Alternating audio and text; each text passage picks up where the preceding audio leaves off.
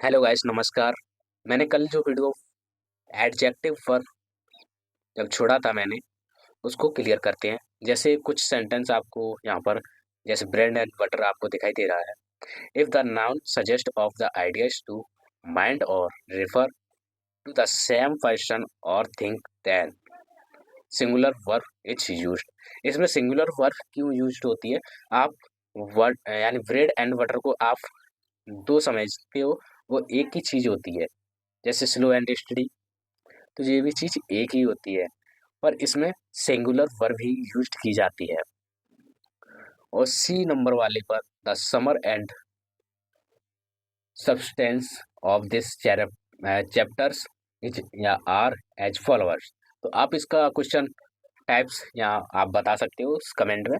और कुछ पॉइंट्स हैं मेरे पास, जैसे lemon soda, lemon and soda, horse and carriage, part and parcel, art and cultures, drawing and driving, और हर्ड एंड स्लो सोल, और science and technology. जिसमें आज का कॉन्सेप्ट आपको हम इस पॉइंट के हिसाब से आपको देंगे। जैसे a white and black cat is stolen by someone. इसमें बोल रहा है कि एक वाइट बिल्ली और ब्लैक, यानी वाइट भी है और ब्लैक भी है। एक बिल्ली वाइट भी है, एक बिल्ली वाइट एंड ब्लैक है, ये बोल रहा है। यानी एक ही बिल्ली है जो वाइट एंड ब्लैक है। Okay. Cat is stolen by someone. ठीक है, तो ये क्या हुआ? सिंगुलर। सिंगुलर में इज ही आएगी। अगर ऐसे आपको दे दे, नंबर बी क्वेश्चन पे आप चलते हैं, तो a white and a black cat are stolen by someone. तो इसमें दो अलग अलग बिल्ली हैं, ए और बी। ए वाइट बिल्ली है और बी ब्लैक बिल्ली है। तो इसमें क्या होगा? सिंगुलर वर्ब इसको यानी बहुवचन इसमें लगेगा। यानी दो बिल्लियां दिखाई दे रही है तो इसमें बहुवचन प्रयोग किया जाएगा, और सिंगुलर का मतलब होता है एक वचन ही। ओके, तो चलते हैं सब्जेक्ट वर्ब एंड एग्रीमेंट में। आज कॉन्सेप्ट हमारा है चार। If an practical is placed just before the first subject is means the person thinks is the same for which two noun are used, hence singular verb will be used। देखो इसमें क्या दे रहा है? To noun हो यानी दो नाम हो। नाउन माने संज्ञा यानी सब्जेक्ट, यानी दो सब्जेक्ट हैं। जैसे कि एग्जाम्पल के लिए हम बताते हैं, जैसे ए एग्जाम्पल में हमारा क्या दिया है? The product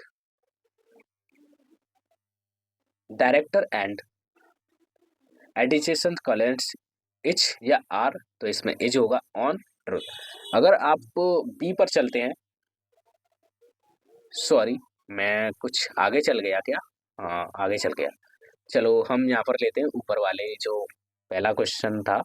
the MD and the CEO have someone. अगर आप इसमें बात करोगे तो द एमडी एंड सीईओ आपके हिसाब से तो अलग अलग है। तो और अगर ये क्वेश्चन नीचे वाला पढ़ा जाए टू नंबर का, the MD and CEO has gone to स्वेन डेट, यानी इसमें बोल रहा है अगर दा नहीं लगा हुआ है, अगर दा एमडी, इसमें एमडी और सीईओ एक ही है दूसरे नंबर पर, तभी हैज लगी है। अगर द एमडी और द सीईओ हो तो इसमें हैव लगेगी, क्योंकि ये बहुवचन है। ये आपको मैंने बता ही दिया। The poets principal and director is, आप इसे कर लोगे, द प्रिंसिपल एंड सब्टेट are waiting for the chief guest. Okay, तो कॉन्सेप्ट नंबर हम 5 पर आते हैं दोस्तों। कॉन्सेप्ट नंबर हम 5 पर आते हैं। Two third of the mango is mean. अगर आप टू थर्ड्स, अगर आप ये सोचकर नंबर पाई, यानी ये होता है रेशियो। रेशियो इसका क्या होता है? Two third of the mango is mean. इसमें ई एस या एस से रिलेटेड कोई भी ऐसा टॉपिक से, अगर जैसे इसमें दिया है दूसरे में two thirds of the mangoes, इसमें दिया है आर मेल्स। इसमें ई एस या एस या कुछ भी अदरवाइज बहुवचन अगर आपको दिखाई देता है तो आप इसमें हैव यानी सिंगुलर वर्ब भी यूज करोगे और सिंगुलर वर्ब भी यूज करोगे, यानी एक वचन और बहुवचन का इसमें प्रयोग करोगे। कॉन्सेप्ट नंबर 5 आपका क्लियर होता है और आप कमेंट में लिखते आइए, जैसे कि था for the fourths of the syllabus been covered. तो इसमें दिया गया है जो सिलेबस होता है वो एक वचन होता है, इसलिए हैज लगी है। 1/3 ऑफ द स्टूडेंट्स, इच की जगह पर हमारी आर लगेगी, क्योंकि यहाँ पर स्टूडेंट्स की बात हो रही है। जैसे इंफॉर्मेशन, इंफॉर्मेशन होती तो बहुत चीज है। तीसरे सेंटेंस में हम चलते हैं, the 2/3 of the information, information हम मानते हैं बहुवचन हो सकती है, पर इसमें इंफॉर्मेशन अनकाउंटेड है, तो इसमें इच आएगा, इनकरेक्टेड। ठीक है। 9/10 ऑफ द पिलर्स, देखो पिलर्स, पिलर की बात आ रही है तो यहाँ पर हैज लगेगी, रोटेट ऑलवेज। ठीक है। The third fourth of the man gone to the way, तो इसमें जो बात आ रही है वो आ रही है बात इसकी हैव की।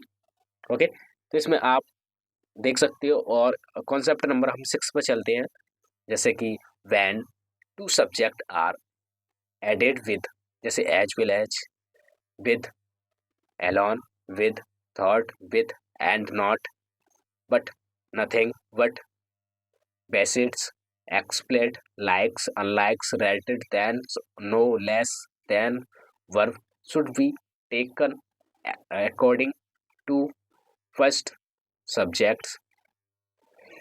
जैसे एज विल एज अगर आता है तो सिंगुलर वर्ब इसमें दी जाती है, जैसे कि he and not his parents, he के अनुसार ही इसमें एज लगेगी, ड्यूटी। ओके। और silver as well as gold, तो इसमें क्या लगेगा, सिंगुलर वर्ब ही लगेगी, हैज फैलन इन प्राइज।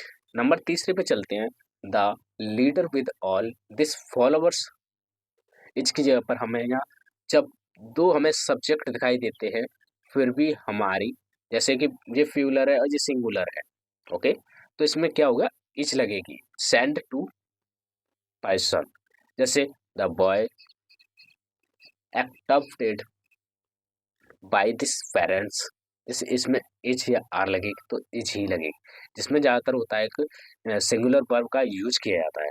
और इसमें एक परसेंटेज वाला सवाल है, 21% ऑफ द ईयर, तो इसमें जब ईयर ही आता है तो अगर आपको अनकाउंटेड अगर आपको दिखाई दे जाए तो इसमें समझ लेना सिंगुलर वर्ब का ही यूज किया जाएगा।